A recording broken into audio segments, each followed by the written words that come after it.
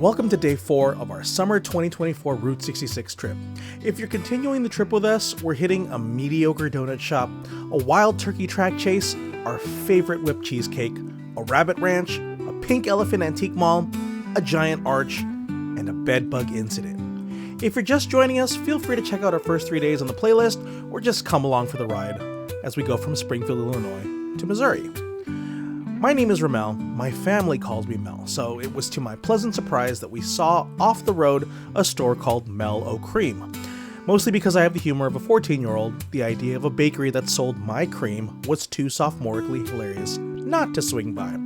It was the morning, and it couldn't hurt to have some donuts and coffee. Now, I could go into the Mel-O-Cream history, but honestly, it was a crappy donut. The filling was just way too sweet and just blech.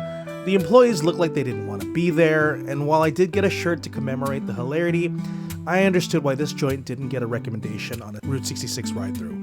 So let's move on. Next we hit Lincoln, Illinois, which does have a handful of Abraham Lincoln attractions, but due to the time constraints and our general lack of interest in Honest Abe's Route 66 stops, we hit the only thing that made sense to us, the world's largest covered wagon. Next, we did a drive-by viewing of a very well-made mural in Verdun. Pretty. Onward to what Lisa considered her favorite roadside attraction, and the one that embodies everything we love about a good road trip, the turkey tracks in Girard. During the construction of Route 66, some wild turkeys ran across a newly poured road, became regretful, and then ran back, immortalizing their little turkey tracks on the road. Yeah, I know, Abraham Lincoln was an important historical figure, but these were turkey feet in concrete, so that stop is a no-brainer. Next, we entered Litchfield, Illinois, where we were able to hit a handful of attractions. One was the Skyview Drive-In movie theater, and the Litchfield Museum and Route 66 Welcome Center. Now, it was starting to become apparent to me what the value of a Route 66 museum was. It wasn't meant for someone who was doing the entire drive, it was meant for folks visiting cities, touched by Route 66, to give them an idea of what was before, during, and after that museum. While every museum did have their own unique take and presentation, the commonality was the understanding that you weren't going on the full trip, really just getting a rough idea of the things that the route entailed between Chicago and Los Angeles. While a nice companion of fleshing out details of the trip, it's entirely unnecessary for a full route tripper to stop by, because ultimately they would see everything. After the museum, I came across what Lisa and I would agree was the best whipped cheesecake we ever had. Ariston Cafe in Litchfield was known to have a delicious and affordable lunch in a cafe over 100 years old, established in 1924. The service was friendly, the food recommendations were spot on, but the real shining star was the whipped cheesecake, heavily topped with cherry pie filling. The cheesecake was creamy, light, tart, and absolutely incredible. I would later message them asking if they had shipped those cheesecakes nationally. They unfortunately said they didn't. However, they were kind enough to send me the recipe, and I will die with it. Afterwards, we got some pastries from the Jabelt Bakery across from Ariston and made our way until Mount Olive, where we found, oh boy, another gas station. This was the Shell Soulsby service station, and it sure was. Our next stop was a fun one that in a lot of ways was kind of a meta stop. You see, on the latter half of the trip, we're going to hit a very famous Route 66 stop called the Jackrabbit Trading Post. I'll go into more detail when we actually get there, but the attraction was famous enough to get a call out on the Disney Pixar Cars movie. Well, the owner here in Staunton, Illinois took that idea and created the Rabbit Ranch. In homage to the route, he has cars standing on end like the famous Cadillac Ranch, a Jackrabbit slide, which is well known at the Jackrabbit Trading Post, several vintage gas signs, as well as a ton of Route 66 collectibles and memorabilia. And lastly, real rabbits you can pet, if they let you. The owner is really friendly and chatty and definitely worth swinging by to patronize his shop. But for me, the most interesting part was the bunny graveyard that circled his place. Every rabbit he ever owned had their own customized tombstone. And while it is a little grim, there's some gallows humor to seeing some of the bunny names like Snot, Graphite, Little Hobo, Shaft, and Mark. After a delightful conversation, we moved on to a massive antique shop mall, ice cream and candy shop called the Pink Elephant Antique Mall in Livingston, Illinois. The grounds were covered in large fiberglass statues like an American giant, a Bob's Big Boy, a dinosaur, and my brother's favorite president, and of course a massive pink elephant. While Lisa went antiquing, Roman and I perused the large candy shop and sat down for some sundaes and malts. I'm not entirely sure why, but for some reason they had someone dressed in a disco alien outfit walking around and dancing. If there wasn't enough reasons to make your way into Pink Elephant, this was definitely the cherry on top. Having our fill in Illinois, we made our way to the next state, Missouri, to visit the majestic Gateway Arch of St. Louis. The Arch Museum had a wonderful exhibit of history, as well as engineering, as we discovered we could actually take a ride to the top of the arch inside of the arch. Not for the claustrophobic, the arch has a north base and a south base, and each one has their own specially developed elevators that kind of do it's like a swing click thing. You know what? Here, watch this video. The Gateway Arch trams use capsule-like pods that rotate like a Ferris wheel to stay upright as they ascend the curved track.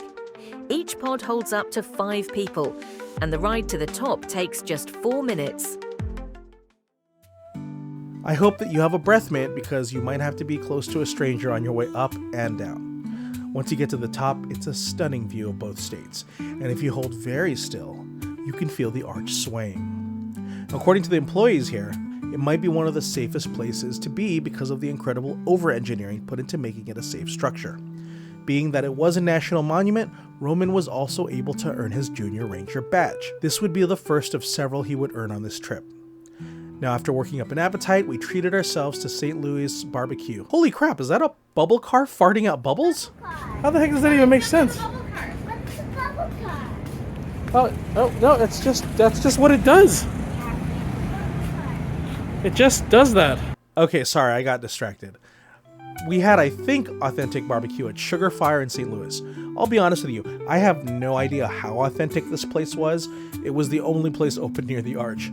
The one thing that I think separates St. Louis barbecue from others, though, at least from my perspective, sauce options. I mean, they had sweet, Texas hot, honey badger, whatever that is, white barbecue, which tasted a little like horseradish, a Carolina mustard, and even coffee barbecue. I was able to snag one of the last pork ribs, much to the disappointment of the guy behind me, but wow, the brisket was super tender. The ribs were fall off the bone, and every sauce had either a savoriness or a sweetness with heat and tang. It was a decent barbecue place, and I wish I had more time to try others for comparison, so comment below if you've been to Sugarfire and let me know if it is authentic. Now, this is the part where I tell you to keep an eye on the next video because we're fully into Missouri. We're leaving Illinois, but there's one more story I have to share. You see, we had to double back into Illinois because our hotel was in Caseyville. It was only like 15 minutes away. Of all our hotels, though, this is the only one we booked on Hotels.com and not Expedia. It was called First Western Inn, and I didn't give it a second thought because it sounded like a Best Western. When we arrived and I went to check in, I noticed the office was decorated like someone was living in there. Behind the glass wall where the front desk attendant was, there was a couch, some houseplants, television, a 4-year-old playing in the back. This must have been a family-owned business. The woman gave us our swipe card, told us our room.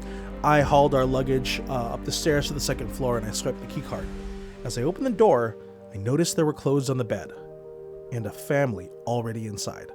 I swiftly closed the door and told Lisa to let the woman know she'd given us a room with people already in there. The woman apologized and gave us a key to the next room. So I hurriedly swiped it and went inside, and I noticed a really musty smell. The carpet was soiled and dirty, the bed sheets were stained, and there were dead bugs on the floor. But the most worryingly were the baseboards were lined with a white powder that ran across the whole room. Now, I was ready for this. You see, when a room has bed bugs, one of the ways to treat it is with a powder called diatomaceous earth. It's a powdery substance made from the fossilized shells of diatoms that have accumulated over millions of years in lakes, rivers, and oceans. Functionally, it's a powder that's harmless to people and animals, but for insects, the tiny particles pierce their shells and dry them to death.